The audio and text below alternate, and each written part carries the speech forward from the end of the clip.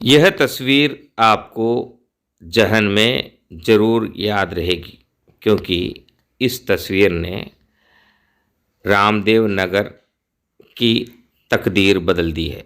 यह तस्वीर बोधशाला के अतिक्रमण की है।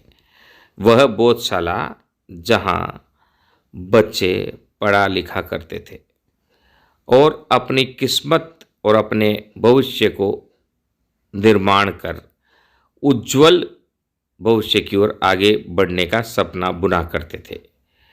यह बोधशाला जिसे गांधी टीवी ने अपनी प्रमुख समाचार में शामिल किया और जिसके बाद रामदेव नगर में उथल पुथल मची और नई कार्यकारिणी का गठन हुआ और नई कार्यकारिणी में पुराने नेताओं को इस बोधशाला के अतिक्रमण में सहयोगी और अन्य अतिक्रमणों में सहयोगी बनने के आरोप के साथ नए नेता का गठन किया, नए नेता का चुनाव किया। नए नेता प्रेम नेता, और प्रेम नेता को अब चुनौतियों का सामना करना पड़ रहा है। चुनौतियों का सामना बोधशाला को अतिक्रमण मुक्त करने का। और अब यह सुगबुगाहट शुरू हो गई है कि क्या प्रेम नेता अपनी नई कार्यकारिणी के साथ बच्चों के भविष्य को उज्जवल बनाने वाली इस बोधशाला को अतिक्रमण मुक्त कर पाएंगे। इस दिशा में गहन मंथन और विचार किया गया। भारत जोड़ो मिशन सोसाइटी के 11 पदाधिकारियों, विशेषकर मदीना रोड़ी देवी तथा अन्य पदाधिकारियों का स्वागत सम्मान किया गया और बीड़ा उठाया गया कि शीघ्र ही बोधशाला को अतिक्रमण मुक्त किया जाएगा। इस दिशा में भारत जोड़ो मिशन सोसाइटी के अन्य कार्यकर्ता तथा पदाधिकारी भी सक्रिय हो गए हैं। भारत जोड़ो मिशन सोसाइटी के अध्यक्ष अनीश कुमार तथा अन्य सहयोगियों ने इस दिशा में शीघ्र ही पुलिस के उच्च अधिकारियों तथा इंटेलिजेंस डिपार्टमेंट के उच्च अधिकारियों एवं मुख्यमंत्री तथा केंद्रीय गृह मंत्री अमित शाह को भूमाफियाओं के खिलाफ पत्र लिखने का निर्णय लिया है।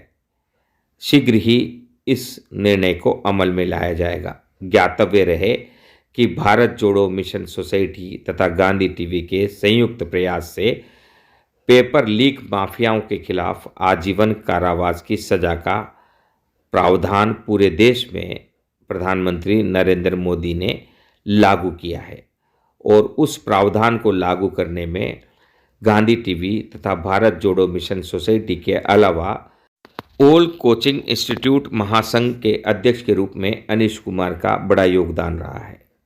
आने वाले समय में बीजेपी के बड़े नेताओं के साथ बड़े स्तर पर कच्ची बस्तियों में भूमाफियाओं के मिलीभगत का पर्दाफाश किया जाएगा।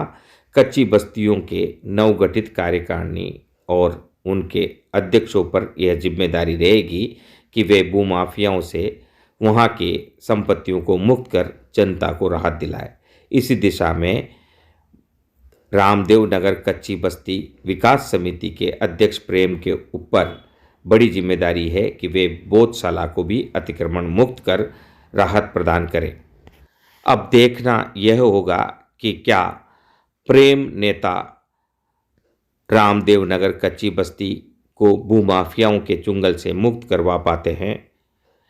क्या वे बोधशाला को भूमाफियाओं के चुंगल से मुक्त कर पुनः वहां बोधशाला स्थापित कर बच्चों के भविष्य को स्थापित करने में, बच्चों के भविष्य को निर्मित करने में अपना सहयोग कर पाते हैं, या वे भी भूमाफियाओं के सामने अपने हथियार डाल देते हैं।